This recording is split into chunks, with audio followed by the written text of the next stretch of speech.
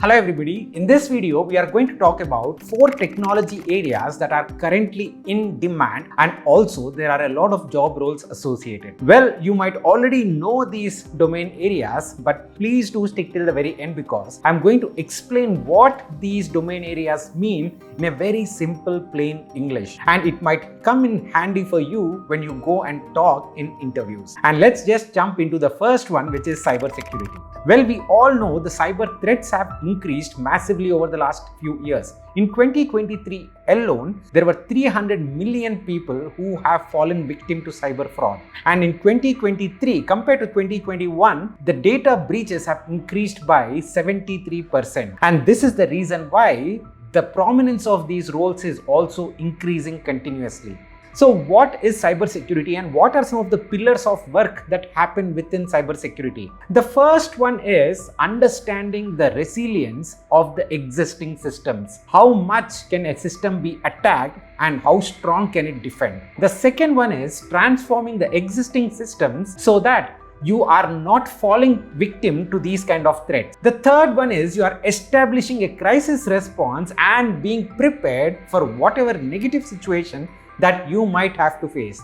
And finally, you are also thinking about the long-term capabilities. Now, all these things together will help you build a strong cyber security system and make sure that you are not falling prey to any of the threats that are coming your way. Now, what are some of the skill sets associated for these roles and what are the job openings out there? There are 3,000 plus job openings for cyber roles in India and 60,000 plus roles that are open in the US, and these number of roles is only increasing. Some of the roles are cybersecurity architect, and you need to know skills such as network hardware configuration, security protocols, and cryptography. The second one is cybersecurity engineer, and for this you need to know the architecture and management of operating systems and programming languages. The third one is malware analyst, where you need to know tools such as Rickshot and TCP. However, there are also a lot of new job roles that are getting added into the system because the focus is now shifting from being reactive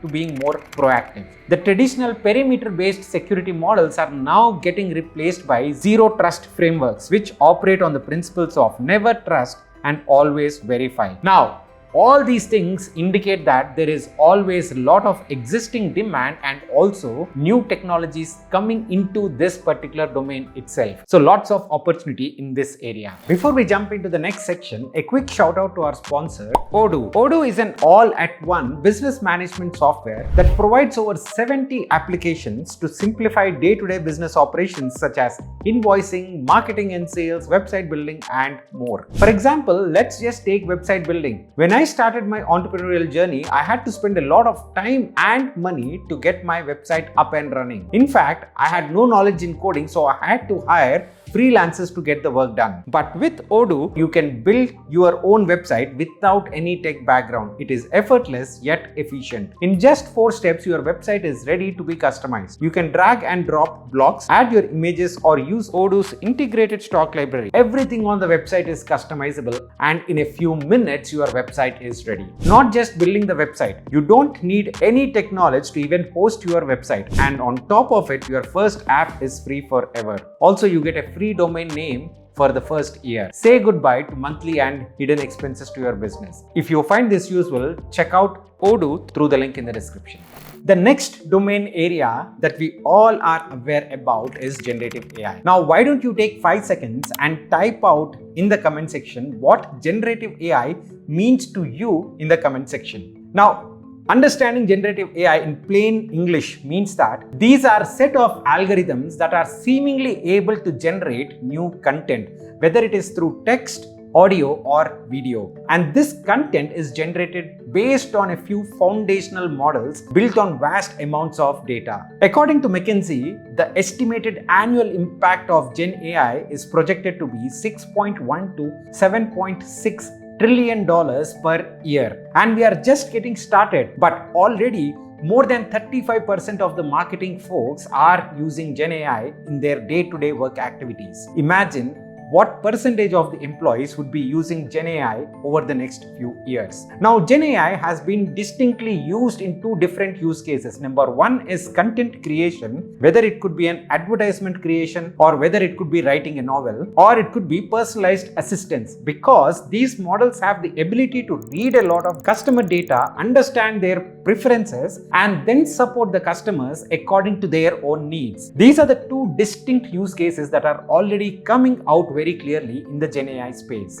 And what are the skill sets that are required to get into Gen AI? The first one is, of course, you need a programming language, and a generic programming language like Python is the current go-to language in the Gen AI space. Number two, also Java is very widely used. The other skill that you need to have is natural language processing. It's a subset of computer science which is focused on helping computers understand the language that you and I speak.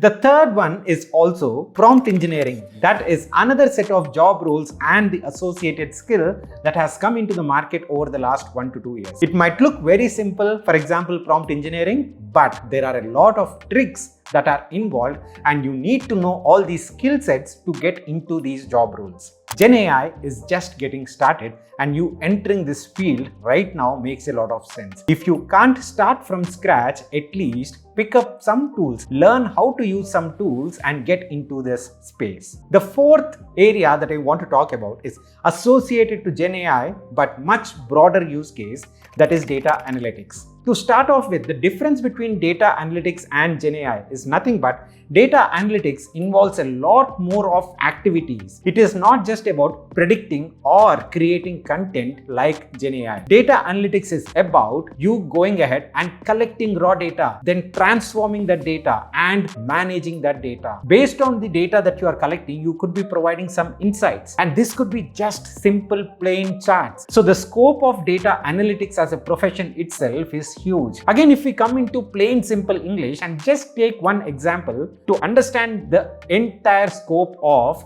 Gen AI plus data analytics. Let's start with Netflix. If you look at Netflix, there are thousands and thousands of content pieces on Netflix, movies, documentaries, bunch of other things. Now, the first step in gathering all these data elements and then giving a recommendation to the customer is an AI algorithm, and that comes under data analytics. That is not Gen AI, because we are not producing new content over there. But if we take the same algorithm and if we say that, hey, for Pavan, he likes action movies, so I'll rather make another action movie based on all the action movies that he watched so far, that is generative AI. So you get to know what is analytical AI so far, just recommendation of the next best movie for Pavan, versus a movie that is produced based on his interest, that is generative AI. And if we just look at again the analytical AI part or the data analytics part, we will understand that data pipeline creation, that is data management, data transformation, and data collection, all these three involves a lot of job roles and also skill sets required. A simple skill set, for example, could be data visualization tools. If you know data visualization tools such as Tableau or Power BI, which is hot in the market by the way,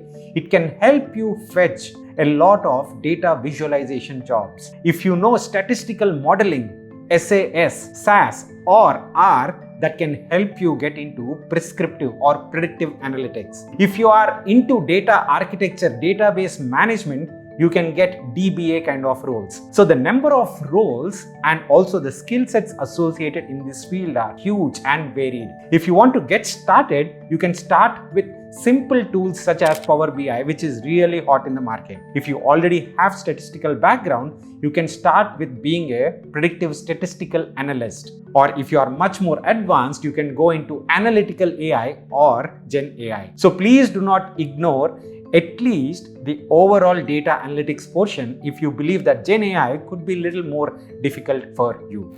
The fourth one is obviously cloud computing.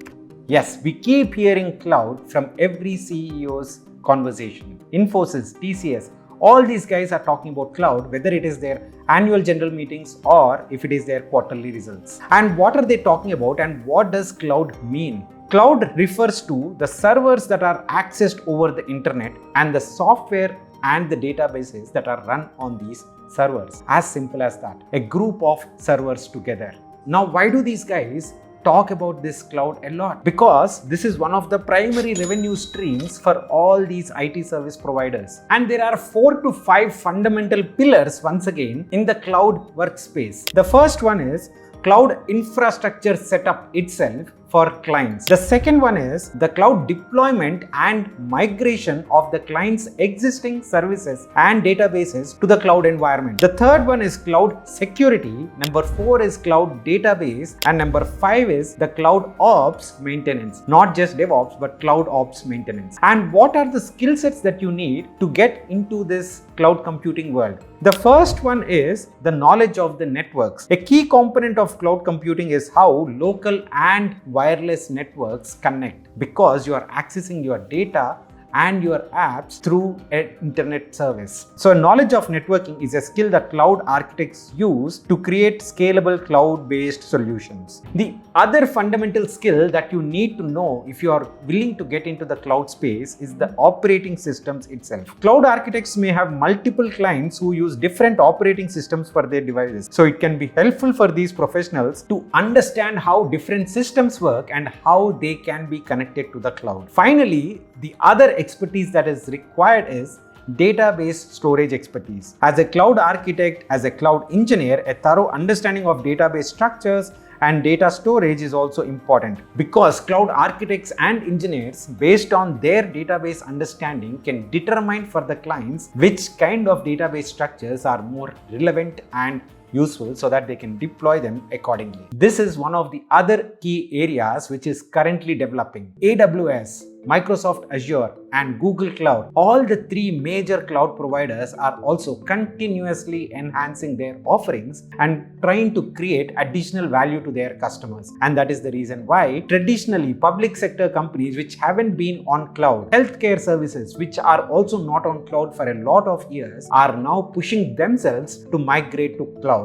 and hence another area where there are a lot of job opportunities. I hope this video helps you a lot in understanding what are the job opportunities, what are the roles associated, what are the skills associated, and also more importantly that you understand these things in plain simple English. If you do like the video, consider pressing that like button and also subscribe to the channel so that this video reaches out to a lot of other individuals as well. See you again in the next one, guys. Bye bye.